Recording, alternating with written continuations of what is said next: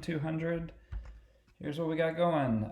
Homework chapter 4 and 5 are out there. Got a Zoom meeting this week. Had one on Monday. Have another one coming up on Wednesday. So 9:35. Come check in. Talk about lecture material. Activity 2 will be assigned through Canvas, and I will email about that tomorrow morning. But that is due on Friday at the end of the day. And then quiz 3, exam 2 are after spring break. Please note this activity 2 is just getting you familiar with what you're going to have to do on the quizzes on the exam. So make sure look at activity 2 when that comes out. There's a lot going on in this slide. What we're going to do is talk about half of chapter 5. And if you take a look, a lot of this material is going to be conceptual, definitions, terminology, and then we're going to really emphasize the skill of Lewis structures, which you have drawn Lewis structures if you had Chem 152. We're adding definitely some pieces to it with resonance, formal charge.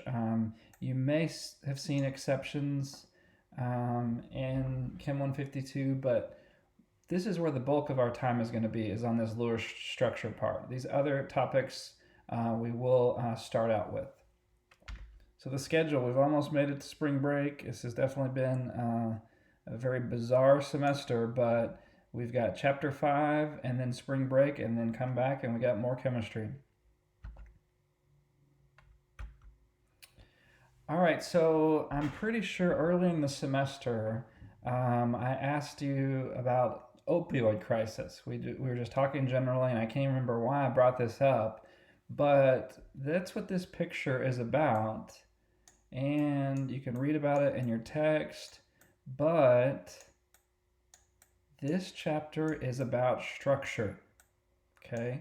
And you may recall also I talked about the theme of this book is the structure determines properties. If you have lab, you're seeing that definitely in experiment 3, structure determines properties.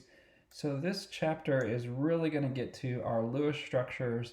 What do these things look like? So here you can see this is very complicated. This is biochemistry. This is really, really complicated.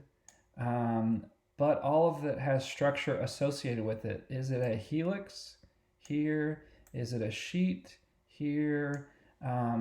The principles that you're learning in this chapter, chapter 5, lead into this whole concept of what this structure looks like. So it applies. So as I said, we're going to start off with quite a bit of terms, and you may recall the terminology of polarity. Well, you can see here hydrogen and fluorine, the atoms that are involved here, and what we're seeing is that if you have a molecule made up of these two, they don't share electrons equally. So you have more electron cloud around the fluorine, and then you have less electron cloud around the hydrogen. So I like to say fluorine's really selfish here. It's taking more of the electrons. The probability is more likely to be around the fluorine.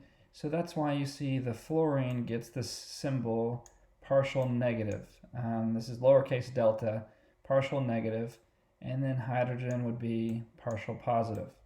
So maybe you saw that before in Chem 152, but what the whole point of this slide is showing you is that bond polarity is not just a concept, it's something that can be measured. So if you turn on an electric field, you got the positive pole on one end, look at all the negatives lining up. That's got a partial negative charge. Are the partial positives? Then you can see are facing the negative pole. So for sure, this is a polar molecule, and that's something that can be measured. I already kind of drew this. This is obviously a lot better looking, but you can see the fluorine here, the hydrogen here. This is unequal distribution of electrons. So this is the poor region, this is the rich region, this is the delta negative, this is the delta positive. So we say partial negative, partial positive. Ability of an atom to attract electrons to itself, that's the definition of electronegativity. So that's the, if you will, measure of selfishness. That's how we know Are the electrons going to be more over here, or are they going to be more over here? That has to do with electronegativity. So here's a chart of electronegativity. You don't need to memorize this chart, but there's a couple things to know here. Fluorine is the most electronegative. We just saw fluorine on the slide before. Has electronegativity of 4.0. And you can see everything goes towards fluorine. So increasing to the right on the periodic table. And this has it listed as decreasing, going down, or you could say increasing up. Okay, so fluorine's most electronegative, everything goes there. So you've already looked at trends, chapter 3. We looked at size, ionization, electron affinity. Now we've just added another one. So this is electronegativity. So keeping all of those terms separate is really important. All right, so got a quick check here. So you can pause, think about the trend and how you want to place these in order of increasing electronegativity. On this question, remember the big hint is fluorine is the most electronegative. Well, all the others don't have fluorine, so you can just cross off. Those are garbage answers, garbage answers. You can also then look, cesium, strontium are metals. Remember, metals like to give up electrons, so cesium, you go up and to the right to get to strontium, so that's more electronegative. Phosphorus is a non-metal, so you go up a couple of times, then you go over, and that eventually gets you to fluorine.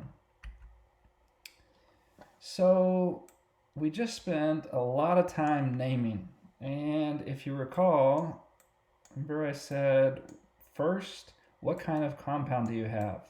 Is it an ionic compound, or is it a covalent or / molecular compound?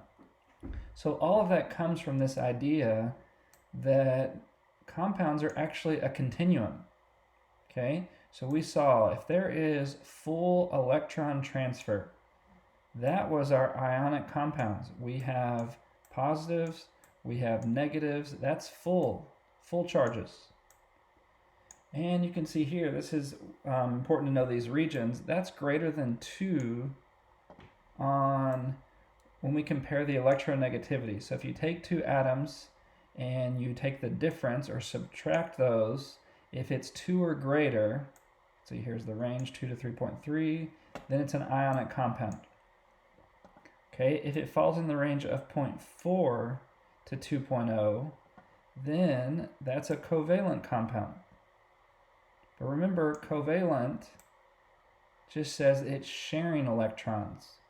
We've already said, well, some things can share evenly or unevenly, right? I was the younger brother of 3, so my brother would say, yeah, I'm sharing. I would say, no, that's unequal, right? So maybe some of you can have experienced that kind of sharing. Well, polar sharing is that. It's unequal sharing. And then nonpolar, or it can be called pure covalent sharing, that's shared equally. Okay, so that's 0.4 or less. So if we take, for instance, a molecule of CH4, so this is methane or carbon tetrahydride. That's the systematic name for it. You've seen this in lab and using Bunsen burners. So that's carbon tetrahydride or methane. And if you look up the values, the electronegativity for carbon is 2.5. And hydrogen is 2.1. So it's a little confusing because we've got 1, we've got 2, we've got 3, we've got 4 hydrogens, but really, when you look at this, we're just doing this for one bond. We're trying to determine, is one bond partial negative, partial positive, is it full transfer, what is it? So to calculate, we take 2.5 minus 2.1, and that gives us a difference of an electronegativity of 0.4. Please note, this is a magic number right here. 0.4 right over here is the cutoff. So what we see here with CH is a nonpolar bond. So that's how you calculate difference in electronegativity and then determine, is it polar? This case, it's nonpolar because it's 0.4 or less, or you can figure out, is it ionic? So a couple reminders, don't lose sight of what you know, okay? Ionic, metal, nonmetal, you don't have to do any calculations. You know metals and nonmetals are electrons transferred. You can do the calculation, that's right here, but you still know metals and nonmetals transfer electrons. Where it gets, the interesting piece is when you know that it's covalent, because it's nonmetals, and then you have to determine, is it sharing equally or is it sharing unequally? So here's your breakdown. Again, 0 to 0.4, if we look at the difference in electronegativity, is covalent. You can also call it non-covalent, pure covalent. The intermediate is between 0.4 and 2, and that's the polar. So remember, the polar is where we had the partial positive and partial negative.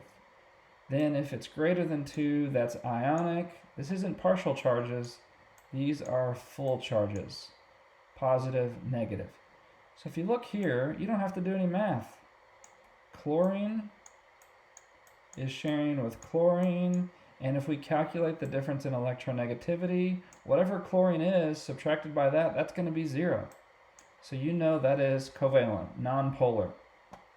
HCl, you'd have to be given the numbers. Again, you will not need to memorize any of those numbers, but if they're given to you, then you'd have to be able to do the calculations and see that it falls between 0.4 and 2, so it's polar. Here you could just look and say, that's a metal, non-metal, I know that's ionic, or you could be given the numbers, do the calculation, and it's greater than 2. All right, so take a look here and rank in order of increasing bond polarity. So right off, what I would encourage you to think about is what we just saw with chlorine. If you do fluorine and fluorine, that cancels out. The difference in electronegativity is 0. So this is pure covalent or nonpolar covalent. Then if you look, what do we recall about fluorine? Remember, fluorine has the greatest electronegativity, so that's going to have a bigger difference than bromine. So if you take a look then, this is going to have the greatest bond polarity. That means there'll be a big partial negative, big partial positive, and maybe I'll even draw in here. That's going to just be a little partial negative, a little partial positive, and that's going to be a big neutral. Okay, so that's how you can approach this problem of terms of increasing bond polarity. So please note though, this is, in the previous slide, the word spectrum is used. What I mean by that is you can see some things are more polar than others. So they're both polar, but you can still say one's more than the other. We're going to see some things are more ionic than other things, which sounds really strange because usually we just say, well, it's ionic. It's metal, non-metal. But there's this spectrum that we're really looking into as we get started. So to talk about that difference, is it polar? Is it more polar? The term dipole moment is used. So you can see the definition occurs with separation of positive and negative charge. So the calculations we've been looking at, delta electronegativity, matches up with the measured dipole moment. So I've got an equation here, but really you will not use this equation to do a calculation. We're just looking at this as a concept. A dipole moment can be calculated here, but really what we're looking at is associating with this spectrum. So this is the charge, the radius. If you separate the charge, that's the radius, that affects the dipole moment. So that was when I was drawing earlier, a big delta versus a small delta. That's what we're seeing here. So lithium fluoride, you can see there's a big separation, and of chlorine, there's not a separation. So what's plotted here is percent ionic character and the electronegativity difference that we calculated earlier. And I want to point out, this is the measured, again, this is an experimental property that's measured versus the theoretical, okay? What I'm really interested to see here is, look at this, lithium bromide, sodium chloride, cesium chloride. These are ionic compounds, lithium fluoride, potassium fluoride, but you see their percent ionic character ranges from here, and let's get this one here. So when we talk about ionic compounds, this measurement, this percent ionic character, can vary quite significantly. And you can see down here, these are nonmetals, so you'd expect them to be less ionic. But even this, HF, is not a metal. That's pretty high there. So this goes to show, again, it's all about a spectrum. This isn't just ionic, covalent. There's a range of what you can see now. All right, so what we're moving into is Lewis structure. So again, remember, structure determines properties. That's where we're headed to this, is to understand what things look like. So we need some steps. Again, maybe you've done this before, maybe you have this down, but I want to review some things that we want to do. First, count the number of electrons. And what we're talking about, we've, again, spent a lot of time on electrons. We're talking about molecules, and that comes from the valence electrons. How do the valence electrons bond? How do they share? So we need the total number of valence electrons. The central atom is going to be the least electronegative. So remember we said fluorine's the most electronegative. And we're saying here that hydrogen will not be the central atom. Okay, so those are things that can help as we figure out what the central atom is. Then connect single bonds. Okay, so put your number of atoms around a central, connect single bonds. Then complete octets. We saw this with electron configuration, this unique stability of finding an octet. So that's what we're going to see again in Lewis structures. We're looking for this octet. Things want to be surrounded by 8 electrons. There is an exception, of course, hydrogen, duet, and there'll be even more exceptions we'll talk about. If there are any leftovers, so you have more electrons than you need, that goes to the central atom. If you don't have enough, this is hits hard at home too, thinking about sharing. If there's not enough to go around, whether it's clothes, toys, again, if you have siblings, you have to share even more. So that's double bonds, that's triple bonds. Sometimes this can be really challenging and frustrating, but that's sharing. That's what has to happen if you don't have enough to go around. So what I've got is a plan laid out of all of different kind of examples that we're going to do, and we're also going to do polyatomic ions. This is a good reminder of, oh yeah, there's a list of polyatomic ions that I need to know the formula for, the charge for, and the name. So that's an important thing to revisit if you haven't committed those to memory yet. So first, recognizing, wait a minute, this is a polyatomic ion. And you see we need to add 1 electron for each negative charge. So negative charge here, that would be 1. You subtract 1 electron for each positive charge. So we can put a cation over here, ammonium, and we'd subtract an electron. Okay, so let's work on these examples. How many valence electrons does ammonium have? So you can go ahead and pause it, calculate electrons for ammonium, and calculate the electrons for nitrate. If you look here, this is 5, hydrogen's 1, and we have 4 of those, so that's 4. And then remember, if we have a plus, we subtract 1. So that gives us a total of 8 valence electrons for ammonium, NH4+. We already said nitrogen has 5, so we can see that here. Oxygen has 6. We've got 3 oxygens, so multiply that by 3. If we have a negative, that means we're gaining another electron.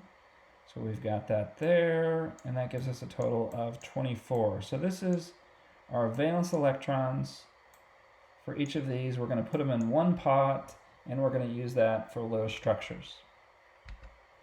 All right, so this might be a little overwhelming. Usually do this a little more gradual in lecture and class, but I'm giving you some examples.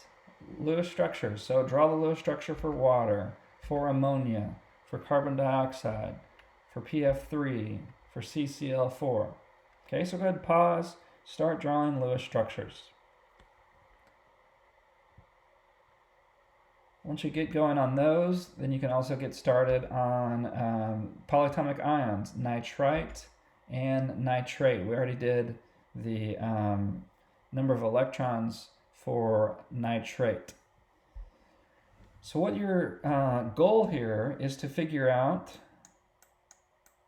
total number of valence electrons. Then you need to figure out the central atom. In this case, we remember that the rule hydrogen cannot be the central atom. So we connect bonds to the outer hydrogen atoms. Okay, then lone pairs, we had extra electrons. They go on the central atom. So again, one bond is going from the central to the outer, and that's 2 electrons. So another bond, that gives me 4 electrons. Put a lone pair here, that's 6, that's 8, that's how many I had, okay? So double check the rules then. Hydrogen is surrounded by 2 electrons, that's the duet rule, it's good. This oxygen is surrounded by 2 here, 2 in this bond, 2 here, and 2 here, that's a total of 8. So that's water. Ammonia, remember we had 5 for nitrogen, 1 for each hydrogen, so that also gets us to 8. In this case, again, hydrogen is not central atom, so we put the hydrogens on the outside, and we can see that we've got 3 hydrogens, 3 bonds, and wait a minute, we've got 8 electrons, we've got extra electrons, so I'm actually going to put it as a bar. You can do a bar or dots for your lone pairs. Doesn't matter to me. I would do that in class on the board. It also is quite easy to do it here. But that's showing you 2, 4, 6, 8 electrons around nitrogen, 2 around hydrogen. So carbon dioxide, again, we need to start with our total valence electrons. Put them all in one pot. That's 4 for carbon. There's 6 for oxygen, and we've got 2 of them. So that gives us a total of 16 electrons. So remember the rules. Least electronegative, that's carbon. And we connect our central atom to our other 2 atoms. So that's COO. And then we can fill out our lone pairs. So if you notice, filling out my lone pairs, and I quickly realize, wait a minute, that's 1, 2, 3, 4, 5, 6, 7, 8, 9, that's 10 pairs. That's 20. I don't have 20 electrons, so that can't be right. So remember, we don't have enough electrons to do that. So if we don't have enough electrons to go around, that's the whole sharing piece. So you could try and share it with 1 oxygen, then you'll get to the point where that doesn't work, so then you share it with 2 oxygens, and now you can see we've got 2, 4, 6, 8, 10, 12, 14, 16 electrons. That's good. You got 2, 4, 6, 8 around oxygen. That's good. 2, 4, 6, 8 around carbon. 2, 4, 6, 8 around that other oxygen. So everything meets the octet, and you meet the total number here. So you're all set. PF3, if you take a look, phosphorus, it's under nitrogen. And remember, nitrogen had 5. Same group, same valence electrons. Fluorine's a halogen. That's 1 away from noble gas, so that's 7. So that gives us a total of 26 electrons. Remember, fluorine's most electronegative. There's 3 fluorines, so for sure fluorine will be on the outermost. One common mistake I see when you start doing examples like this is that people will write double bonds, triple bonds for everything. If we go over here, we've got a lot of electrons. So fill out the octets for everything and double check. That's 8 electrons around this fluorine, around this fluorine, around this one. So that's 24 electrons. We still have 2 more. Now we can add those to the central atom, and every atom has 8. So we're all set with octets. We're all set with the right number. CCl4, that's 4 for carbon. Chlorine is a halogen, so again another 7.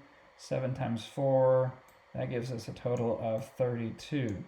So this case, central atom is carbon, least electronegative.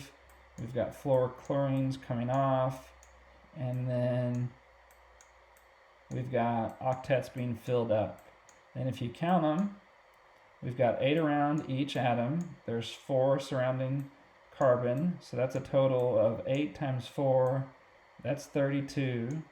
And then carbon has 4 bonds, that's 8 electrons. Chlorine has 3 lone pairs and 1 bond, that's 8 electrons. All right, so that takes us to nitrite. Okay, so in this case, again, that's 5 for nitrogen, 6 for oxygen. We've got 2 of them, so that'd be times 2. And don't forget, what do we do with this? That is a polyatomic ion, so we have to add an electron. So that gives us a total of 8 electrons. So here, nitrogen, least electronegative, it goes in the central atom. And if you take a look, if you filled out all octets, you wouldn't have the right amount. So you have to share. In this case, it's different. Remember, oxygen and carbon, we had both double bonds. But if you take a look here, we can get a good Lewis structure. 2, 4, 6, 8, 10, 12, 14, 16, 18. So 18, that's important. That has to be correct for it to be good. And then we have to have 8 around each. We got that here. We got that here. And we got that here. Also, when you draw polyatomic ions, you want to do a bracket. It's getting a little sloppy here, but you want to bracket, and then you want to put a charge on the outside. So I'll make this next one a little cleaner. Nitrogen's 5, 6 for oxygen. Don't forget, add that here. I think it's 24.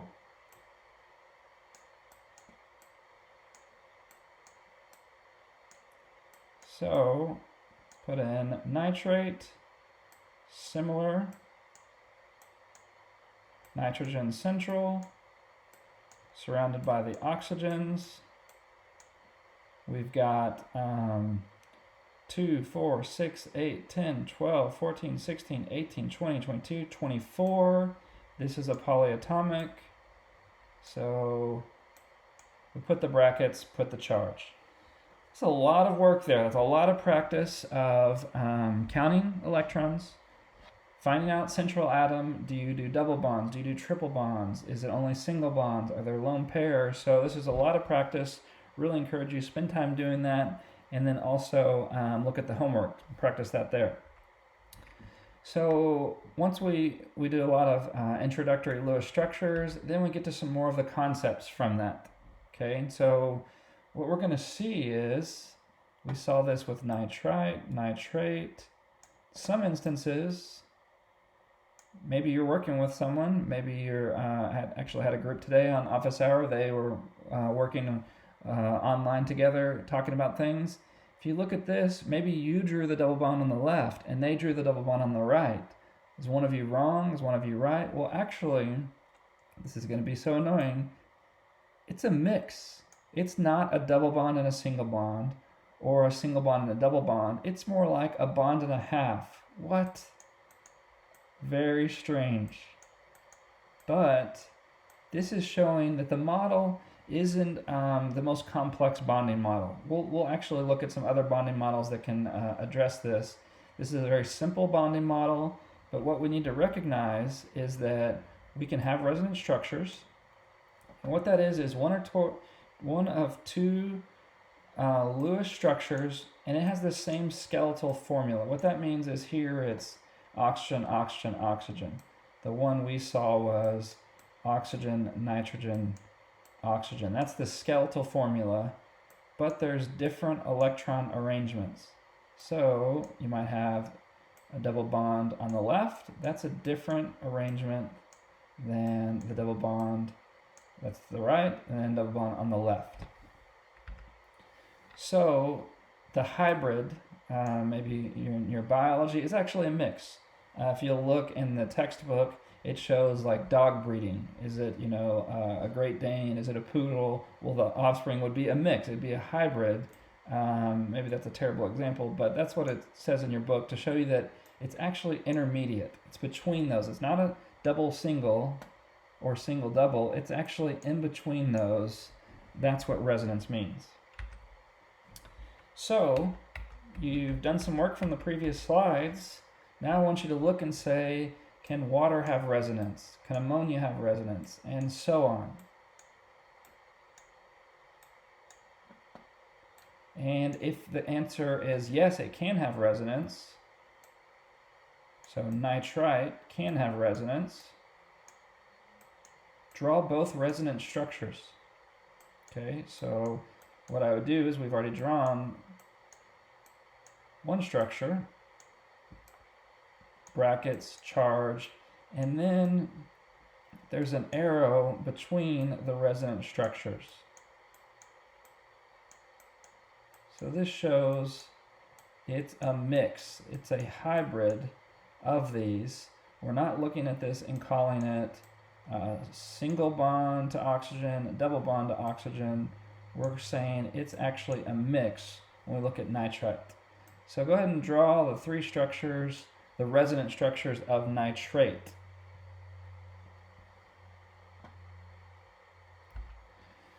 So what we've covered so far, maybe you recall from Chem 152, maybe it's new, but that kind of stops where Chem 152 covers, at least in my classes.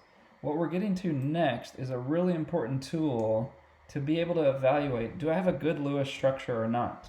Because you can draw dots, you can draw lines, and you can look down in it and it looks good, but this is a way to actually evaluate, is it a good Lewis structure? All right, so this is the charge that an atom would have. Okay, this is really key language here. The charge the atom would have if all bonding electrons shared equally. We've already seen that's not the case, but we're imagining that it is. So the textbook actually calls this a fictitious number, okay?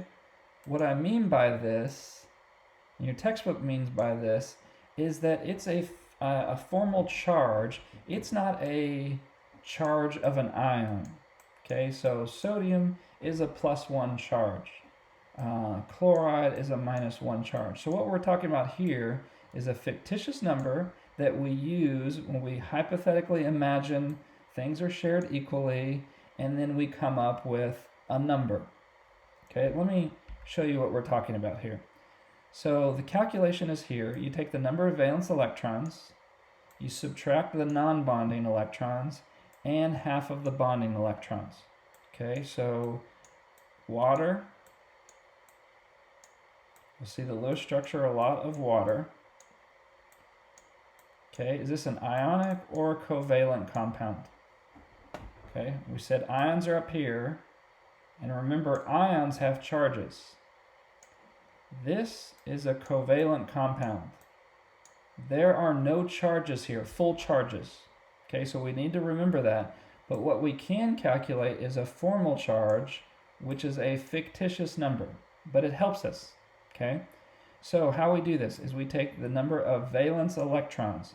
So if we look at hydrogen, and we can see that we have valence electron, and we're subtracting, and it says the number of non-bonding electrons, or you can call that the lone pair.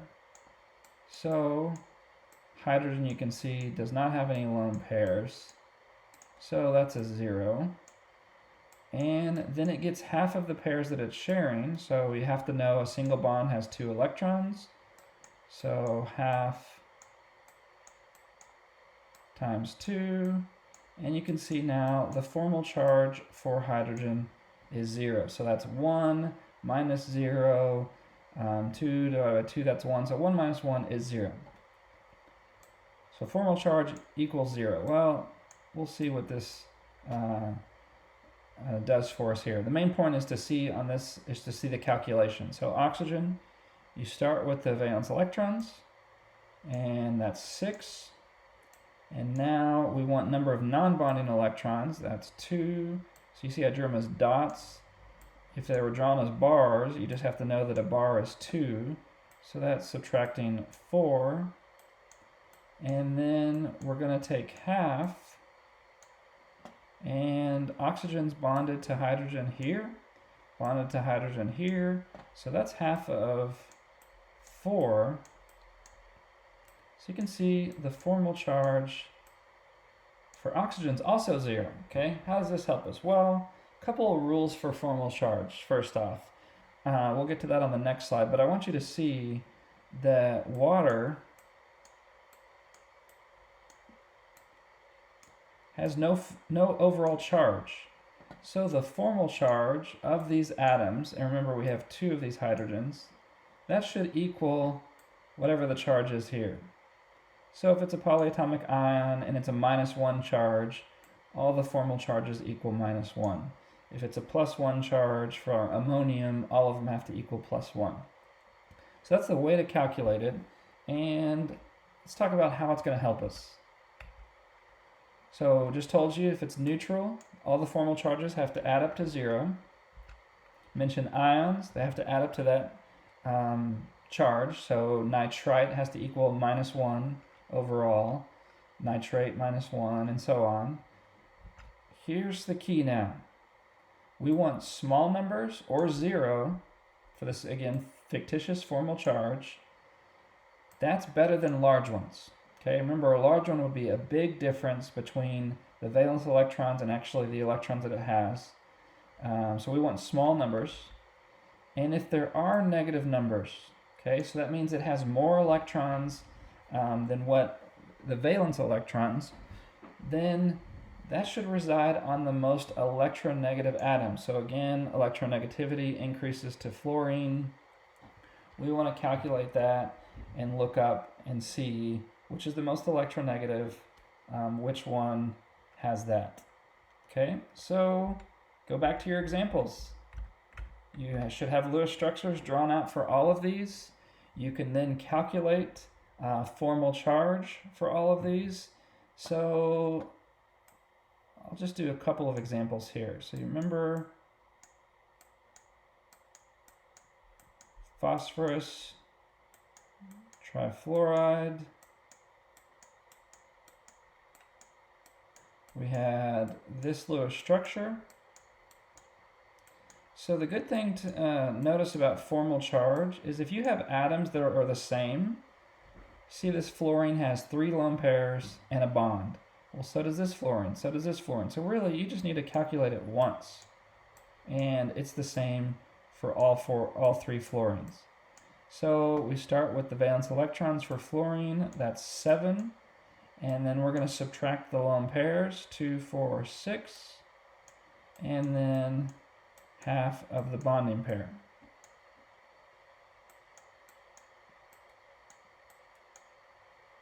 Okay. And you can see then we get big 0. Okay. The key for this, I know you're getting a lot of zeros when you do these calculations.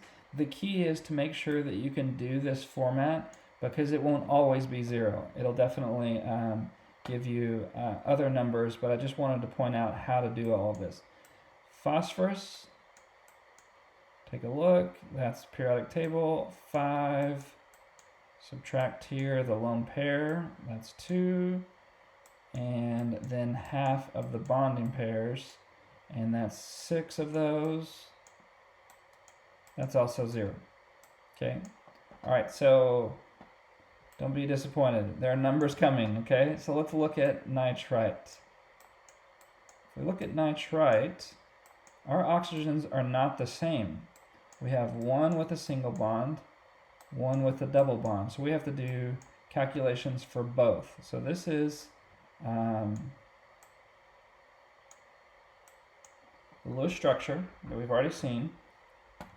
And I'm just gonna number these oxygen 1, oxygen 2. So oxygen 1, you can see same valence electrons, that's 6. And we're subtracting these lone pairs here. So that's 6.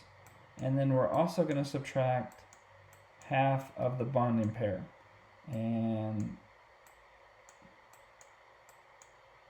that gets us actually a non-zero number. Okay, well, we'll keep going. This is something. Nitrogen, 5. And we've got a lone pair there. And we've got 3 bonds.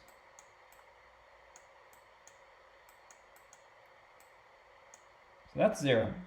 We're not done though. Remember, there are different oxygens.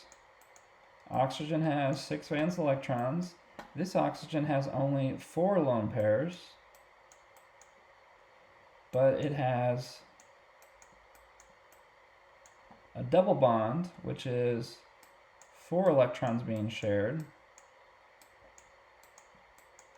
So you can see here, our formal charges are not all zeros. They should add up 0 plus 0 plus -1 to the charge of the ion right there.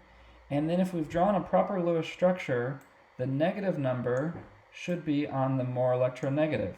Okay, so if we'd had a negative on nitrogen, that should have been a red flag. I've done something wrong with my Lewis structure. So that's how formal charge can help guide you. Is that a good Lewis structure? Is it not a good Lewis structure? That's the way I can use. So there's a lot of practice on that. So I encourage you, calculate formal charge and then use formal charge. A couple other topics we're going to look at is free radicals. Molecules or ions with odd number of electrons. We've talked about rules for Lewis structures. Well, then you'll get something like this. Draw the Lewis structure for NO. Okay, well, I look up nitrogen's 5 valence electrons and oxygen's 6 valence electrons. Wait a minute. How am I going to do pairs with 11? Okay, so it happens. These are radicals. They're very reactive because of this, but you do your best, and then you use formal charge to figure out where that lone electron goes. So this is 2, 4, 6, 8 around oxygen. 2, 4, 6. Well, can't get 8 around nitrogen, but can at least get another one there. So that's 2, 4, 6, 8, 10, 11. You can calculate formal charge and see, is this a better structure? Or should I have put the single dot on oxygen, the double bond on there? So I'll go ahead and draw that one and leave it for you to calculate formal charge to say which is better. Some other cases that you'll see is we'll have an incomplete octet. It's not complete. It wants 8, but actually some of them are okay without 8. If you look at the substance BH3, again, you have to look at the valence electrons. That's 3. That's 1 times 3. Wait a minute. How can we have an octet if we don't even have 8 electrons? Well, boron is actually okay with this. Its placement on the periodic table, you can look at the formal charge, but this is a good Lewis structure for boron trihydride, even though it doesn't have, you can see here, it doesn't have an octet around the boron. Remember, there's also the exception, hydrogen, it has fewer than 8, that's a duet. So there are exceptions to these. We can go exceptions the other way too. We can have exceptions on the expanded side. Okay, so they can have more than 8 electrons. Well, be careful with this. What we need to be aware of is this can happen, more than 8 can happen for sure. When we do this is in the third row elements or lower. So if you're giving oxygen or nitrogen 10 electrons, 12 electrons, you're not expanding the octet. You're doing something very incorrect. Okay, so remember, third row is actually where we have that third energy level, principal quantum number, still comes back. That's the s orbital, the p orbital, and then d. We have more orbitals available, so that's why we're expanding. Remember, energy level 2 or 1 does not have that, so we cannot expand there. So there'll be some examples on homework of showing this expanded, but what we can look at is one here. SF6, right away you should recognize that sulfur is in the third period, so we can expand it. And if you had CHEM200Ch5p1 here, we didn't talk about this expanding too much. We definitely didn't talk about the shapes, but we will in CHEM200. So again, you can look at formal charge, but sulfur is happy to do this. Valence electrons of 6, it's good to go with 6 bonds. And then if you see, all the fluorines would get their octets as well. So everything follows the rules, except the exceptions, of course. So here, sulfur is an exception. Fluorine is following the rules. So we have a total of 48 valence electrons. So we have 8, 6 around it. That's our total of 48. We can calculate the formal charge of sulfur. That'd be 6 minus, there's no non-bonding or lone pair electrons, and then it has half of 12. So you can see its formal charge is 0. Fluorine's formal charge is 0. So you're all set with a good Lewis structure here. So we've done a lot of work on Lewis structures. Just have a couple of concepts to end this first part of chapter 5 with, and I want to point out that we've been drawing a lot of bonds. Okay, well, I've been doing this. Hopefully you've been doing this. These all look the same, right? Well, it's a double bond, it's a single bond, it's a triple bond. Those all look the same. But what we're seeing here is actually they have different lengths. If you're looking at a single bond versus a double bond, those are different lengths. A single bond is longer than a double bond. So we don't draw it this way usually, but this is what we need to recognize. Not all bonds are created equal. And here we're seeing the energy is actually quite different. So the definition we need is bond energy is the energy required to break 1 mole of bond in the gas phase. Okay, so if this energy is required, what do we know about this energy? Yeah, good review. That's positive. That's endothermic. So bond energy is endothermic, always positive.